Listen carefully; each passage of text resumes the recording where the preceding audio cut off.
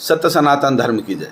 रामनवमी के अवसर से प्रारंभ हुए भारत के विभिन्न क्षेत्रों में दंगे शांत होने का नाम नहीं ले रहे। इस देश के कुछ गद्दार, जिन्हें इस भारत में चैन और शांति अमन पसंद नहीं है, वो इन घटनाक्रमों के पीछे अपना जातिगत समीकरण लेकर निरंतर आगे बढ़ रहे हैं। मियां ओवैसी ने 2 दिन तक तो बहुत गुमराह करने की कोशिश की, अपने वालों का समर्थन करते रहे और बार बार बोलते रहे, समझाते रहे कि तुम दंगे करते रहो, मैं तुम्हारे साथ खड़ा हूं। उन्हें पनाह देने वाले नेताओं को मैं कहना चाहता हूं, मियां ओवैसी, आनंद में आपके मौलाना ने स्वीकार कर लिया कि हां, इन घटनाक्रमों के पीछे हम थे, भाड़े के टट्टू हमने बुलवाए। 57 लोगों का कबूलनामा सब जेल में पड़े हैं।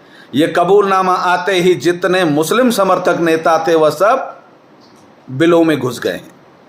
परंतु देशवासियों, आपको समझना पड़ेगा, इस देश के अंदर कुछ ऐसे नेता हैं जो अपने धर्म का अपमान केवल इसलिए करवाना चाहते हैं कि उनकी राजनीतिक रानी को खुश करना है, उनको टोपियों के वोट चाहिए। उसके लिए वो अपराधियों को भी संरक्षण देने में बाज नहीं आते।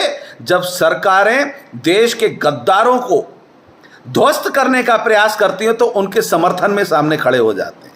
फिर नियम और कानून बताने लगते हैं उन लोगों के लिए जो नियम और कानून मानते नहीं हैं।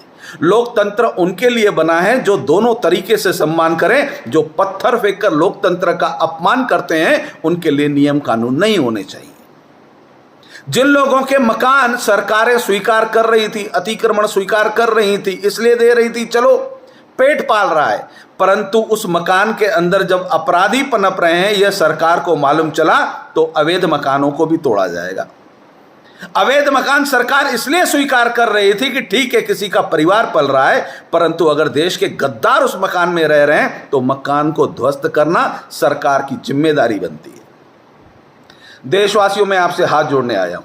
आप कांग्रेस के कार्यकर्ता हैं या कांग्रेस के वोटर हैं, सपा के, बसपा के, आप पार्टी के वोटर हैं, परंतु आपको वोट देते समय अपने परिवार, अपनी पत्नी, अपनी संपत्ति, अपनी सुरक्षा, देश की सुरक्षा के लिए मतदान करना चाहिए। राजनीतिक महत्वाकांक्षाएं छोड़कर राष्ट्र हित में, परिवार हित को प्राथमिकता दीजिए। राजनीति तो होती रहती है आगे और पीछे, परंतु देश के गद्दारों को खत्म करने के लिए अपनी पार्टी के विरुद्ध भी जाना पड़े, परंतु राष्ट्र हित हो, देश हित हो, परिवार हित हो, उसको प्राथमिकता दीजिए।